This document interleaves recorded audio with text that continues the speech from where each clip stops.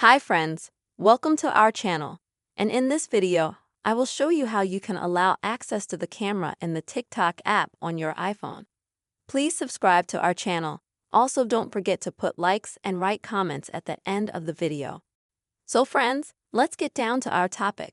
And first of all, you will need to open the phone settings on your iPhone.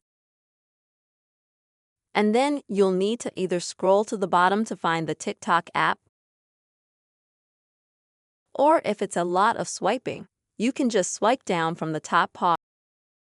You'll get a search box. You click on it, type in the word TikTok, and the app comes up. You open it. The only thing you have to do in the TikTok settings is activate the camera. If you don't have it activated, like I do at the moment, you just have to turn that button on. And then you allow access to the camera in the TikTok app, and you can shoot videos. That's the simple way you can authorize camera access in TikTok on your iPhone.